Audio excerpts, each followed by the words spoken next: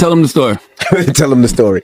So we talking about rumors, right? Yeah. And we, when you Google his name, there's a rumor that pops up that he was Diddy's boy toy. Oh shit! Right. Wait, so this is so Charlemagne said it's not true, but I told after he brought up the stuff with you, I said, you know what 50 gonna say when he meets you. Oh no, I don't know that was going on. Speaking of, in particular, Netflix docuseries that you've been working on, Diddy Do It. Right. You've been saying for years that you feel you knew Diddy's character. Right. Yet you said you weren't a part of that lifestyle. You weren't going to the parties. So what makes you so absolutely sure that these kinds of allegations that we've seen against him are true? Well, I'm surprised by the allegations, as surprised as everyone else is. Like, I didn't make the allegations. I didn't tell people to say these things. It comes out, I see it in the news like everyone else. But I did feel uncomfortable with the way he would present the idea of going to these projects. To come party with me. Yeah. No. Fuck, like he called, we used to kick it on telephone after the meeting. Right. And be like, matter of fact, they sent me the girl pictures, like pictures of this girl, like, not the shit that y'all saw. Worse. For years, stories around Diddy and Usher lingered as quiet rumors, overheard, dismissed, and rarely examined. 50 Cent's documentary reframes those fragments into something more serious, suggesting not isolated talk, but signs of a deeper system shaped by power and protection. What once felt like speculation now reads as a pattern influenced by fear, influence, and selective memory. So when silence repeats across decades, is it coincidence or part of the design? I just want to say, I know a lot of people want to hear these stories and everything like that, because this is stuff that happened back in the day. And then maybe that if they knew there was going to ever be a YouTube, or they knew there was going to ever be social media, a lot of the stuff probably wouldn't have got played out like it did. But things happen, and these are just stories from the past. I would like to use that as what you call that, just to clear the facts up what's going on. But it all started, we was in Atlanta, and this story starts when I'm with Puff, and he's in exotic bookstores, and he's doing shopping. Right, he's shopping, getting his stuff and everything like that. So, this is the first time I was ever in an exotic bookstore with Puff. So, I'm giving him his space. He's taking things off the shelves and stuff like that, because they gave him a brown paper bag. When they gave him a brown paper bag, he was just putting stuff in there. So I said, damn, he got to go put it on the counter and, show everybody what he's getting. So as he's going, I'm just looking at the places where he's picking stuff from. So there's one part he picked up some things from up here on my left side, and then he picked like quite a few of them down. I'm like, okay. He put them in the bag. So when I went by there and I looked up there, and it said butt plugs, and I was like, hey yo, I was messing with him, because people don't understand. We was like friends. He was a part of the same gang, so I'm still gonna tease him. I'm still gonna mess with him and everything like that. I could do that. It wasn't just no security thing. So I say, yo, what are you getting this for? And it said butt plugs, and he was like, yo, can I do my shopping by myself? I said, yeah, you could do it by yourself, brother. And he started walking and everything like that. So when he got I just waited at the counter. So when he got to the counter, he didn't even have to show the guy nothing. He just gave the guy. At the center of this story is a defining choice. A teenage Usher, newly signed and still vulnerable, was placed inside Diddy's world at the height of his influence. The reasoning sounded familiar: exposure, mentorship, growth. But the documentary pauses that narrative and questions its cost. A young artist was moved into an adult environment because power promised success, and success was used to justify the decision. But when achievement becomes the only metric, what happens to the risks that never show up in the spotlight? And Puff wasn't a dude that carried no 20s and no 50s and nothing like that. And I mean, like, he just said, boom. And we walked out the store. So we had to leave Atlanta and go to North Carolina for a show. You understand? And it was him, this rapper, Sarah, and this other girl. We all got on a G5 jet, and we flew to G4 jet, and we flew to North Carolina. So later on that, I think that afternoon, same day, this rapper and him, they all in the room together. You know, it's Sarah, the girl, Puff, and this dude, this rapper. So I'm hearing at the door and stuff like that, like, yeah. So then next thing you know, somebody rang the doorbell. We had the presidential suite where we was at. So I opened the door and the dude said, yo, I'm here for my cousin. I said, who your cousin? And he said, Ja Rule. I said, well, he busy right now. He said, he busy doing what? I said, he with Puff. They're in the room, they busy, they don't want to be bothered. He said, well, I'm going in there. I said, bruh, you ain't going in there because he told me they don't want nobody to be bothering them. And he was like, yo, I don't care, man. I'm going in there. That bull like that. I said, yo, bruh, Jesus Christ had to come down here and take the air out of my body before you get in that room right there. Watch. He tried to bum rush me. I grabbed his and threw him against the piano. When I threw him into the piano, Puff and Ja Rule runs out the room. Puff got his towel, Ja grabbing his towel, but they butt the naked. And so then Ja was like, yo, what's going on? Yo, G, that's my cousin. He know me well, you know, and Puff was like, yo, G, what happened? I said, he tried to get in the room. I told him he couldn't get in the room. And he was like, Puff looked at Ja. He said, yo, Ja said, you ain't want to go in that room because there's a lot of freaking going on. So I was like, oh, he said it was a lot of freaking going on. So that was basically that story, man. You know what I'm saying? They went back in the room. Dude felt a certain kind of way and he left out. So I seen them at the concert the next day and they tried to, you know, form up against me. But my man Frank was like, I told my man Frank, I was like, yo, Frank, put yourself in that position. Somebody trying to get in the room and Ja told you don't let nobody get in the room. What would you do? Now y'all can do whatever y'all want to do, man. But you know I ain't taking no losses. He said, yo, you good, and that was it. Bro, when Ja said, you don't want to come up in there, a lot of freaky stuff is going on. You got to use your mind. What they was doing with those butt plugs. Right.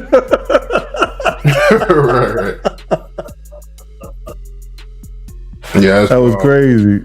Yeah, it was real wild. When Usher reflects on that period, his words feel measured and incomplete, hinting at experiences he didn't fully understand, yet stopping short of detail.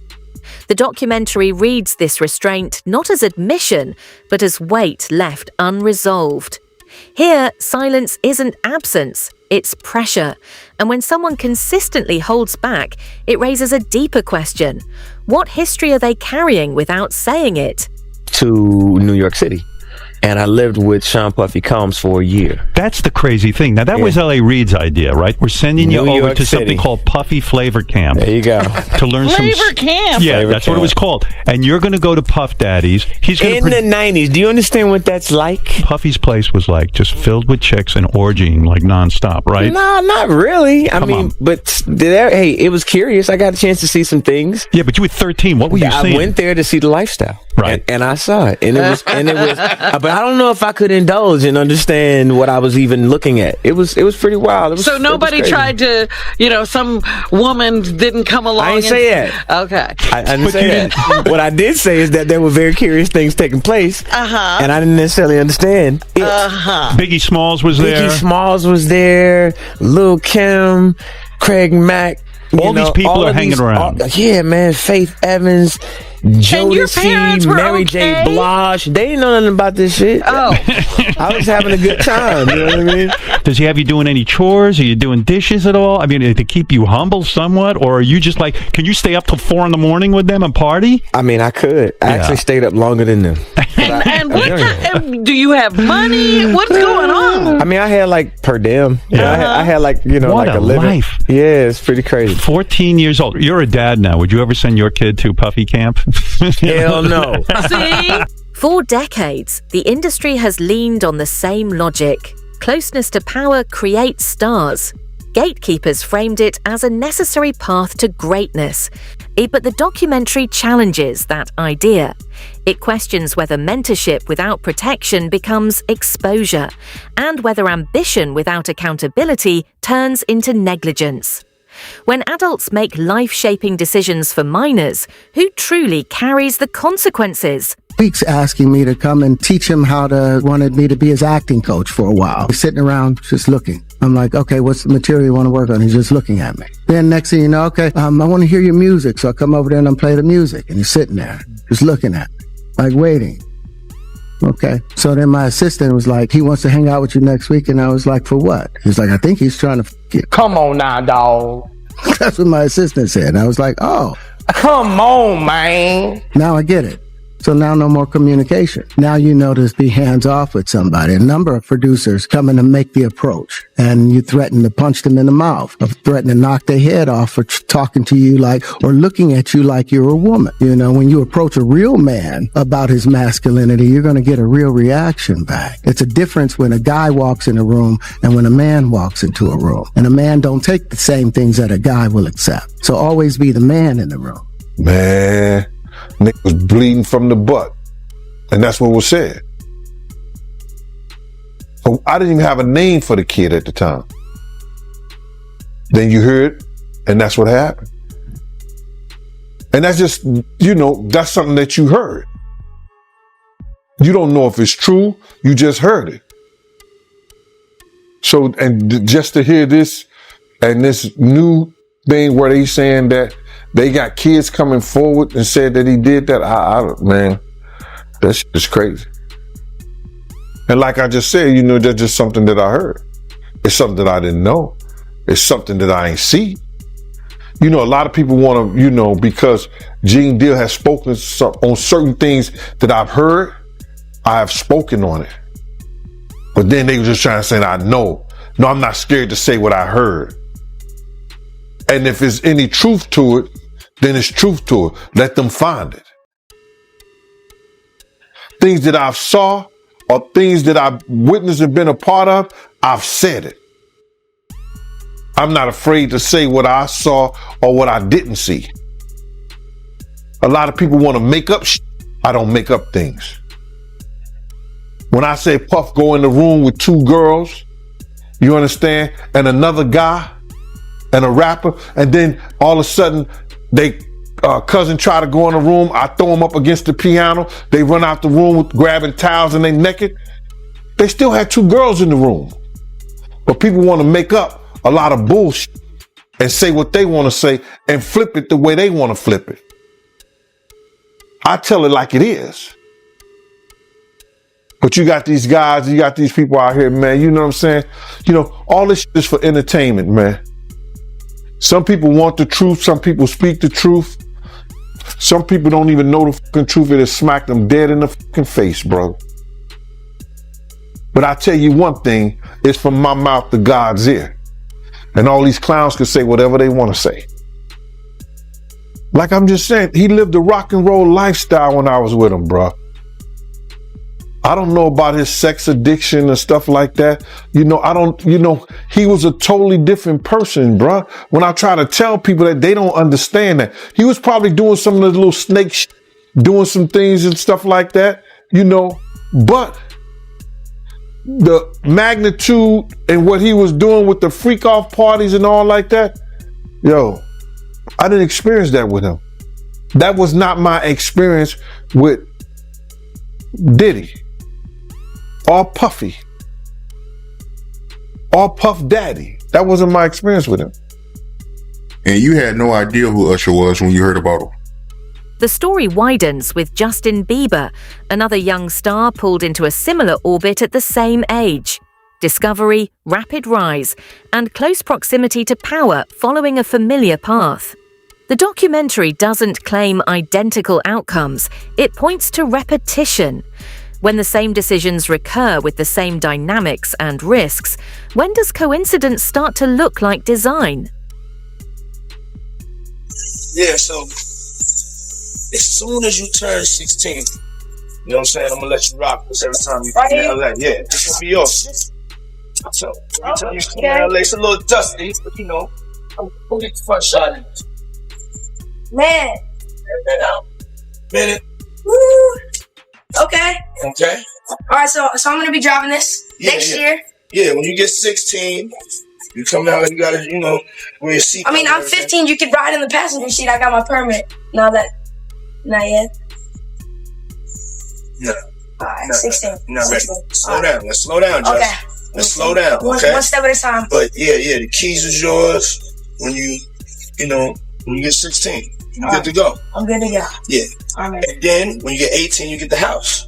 You get the mansion. Okay. I get the mansion? Yeah. All right. So where are we off to now? Where would you like to go?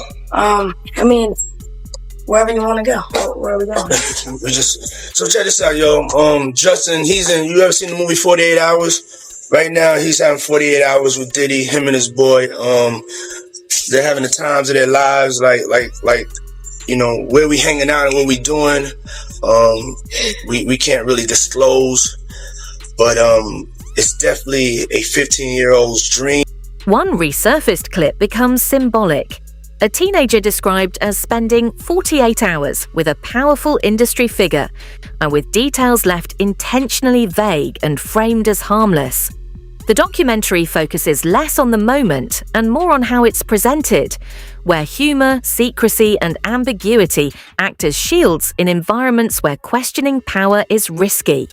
Even without specifics, the setup itself raises a sharper question.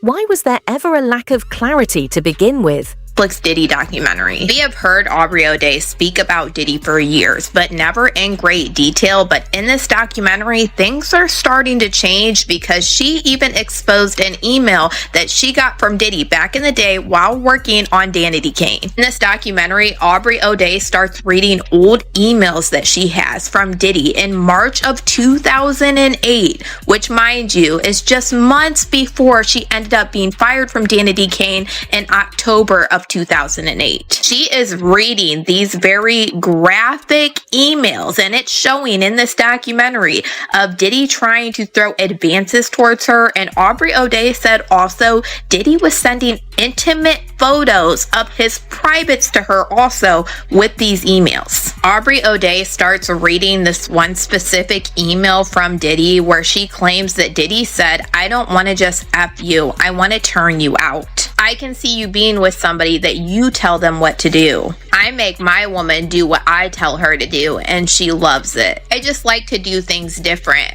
I'm going to finish watching this adult film and pleasuring myself. I'll think of you. If you change your mind, hit me." Aubrey O'Day does say that she believes that Diddy fired her from Danity Kane because she was refused. They would automatically get in trouble for doing something like this, but she believes that Diddy didn't get in trouble because of who he was. Aubrey O'Day even went to talk about the environment that it was like working for Diddy, and she said it was very violent and hectic at times. And towards the end of this documentary, Aubrey O'Day starts getting very emotional, saying that she was contacted by a lawyer, by somebody who was filing a lawsuit against Diddy. Now, whoever this person was that filed this lawsuit against Diddy wrote an affidavit and was claiming that they saw something back in 2005 of Aubrey O'Day being SA'd by Diddy and another person. The person that wrote this affidavit said that at the time, Aubrey O'Day looked inebriated, like she wasn't even fully there, but claiming that she was 100% certain that it was Aubrey O'Day that she saw. Aubrey O'Day even said she got in contact with this person that was claiming to see these events happening, and that this person doubled down, saying she knows what she saw. Aubrey O'Day even said that this person that filed this lawsuit and wrote this information about her said, "You can even take it public. I will double down and stand right behind you." You can tell that Aubrey O'Day was obviously very shaken up by this. She said she has known about this accusation for over a year. She is claiming this is something that she has no recollection of, so she is really worried and wondering if something like this actually did happen to her, like this person is claiming. This is only one topic that I do want to talk about when it comes to the Diddy documentary. I feel like there's quite a few things that I want to talk about. But for now, y'all let me know what you guys think about all. In Shared Spaces adds another layer, shifting focus beyond those responsible to those who may have seen and stayed silent. The documentary presents silence as an unspoken contract within elite circles, where speaking up risks exclusion and staying quiet preserves position. The voice memos alone. I miss your legs. Your limp leg. Your limp leg. Not legs. Your limp leg. Leg. Yeah. Jeez. What straight grown man says that to another grown man? Because it sounds like the leg that he was referring to was his pee-pee scut. God damn. And again, we're bouncing around, but for Lil Rod, that whole part right there where he stated, they would all just be drinking, and then all of a sudden everyone's out of it, and he would wake up with women next to him. Sometimes he'll wake up with Diddy next to him, not remembering what happened the night before. Yeah. That's as wild as it gets, man.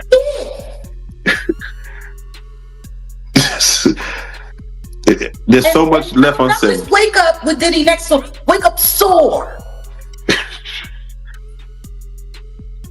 But I'm tripping, all right? I'm tripping. I mean, that's what the whole world went around saying. When speaking out threatens access and silence protects status, the real question isn't who acted, it's who chose to look away. When power can quiet an entire room, inaction stops being neutral and starts to feel like participation.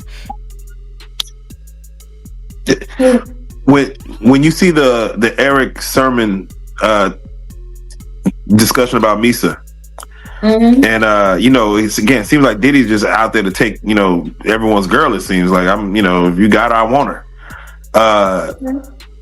For the situation where they say he was trying to shape Misa into his mother, can you see that? Like, yeah, with the blonde hair and and all of that. I mean,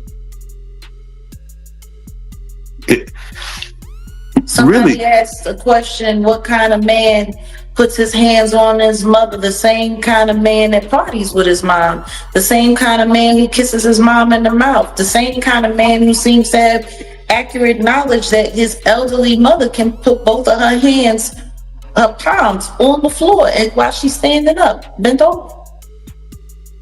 Oh damn! I ain't seen that one. Oh. You never seen the Instagram video where he was talking about how his mom is still young and spry and how she still liked the party and how they was getting a IV drip? Oh. And she was kissing him in the mouth on the video, and he was like, "Yeah, my mom can bend over and touch the floor with her palms." No. It's a very, very, very weird relationship. By the end, 50 Cent's documentary doesn't ask for judgment. It asks viewers to see how systems protect themselves. Rumors only become record when someone accepts the cost of speaking up. Until then, power survives on delay, doubt, and distance. If these stories stayed hidden for years, the deeper question isn't just what happened, it's what conditions kept them beyond reach for so long.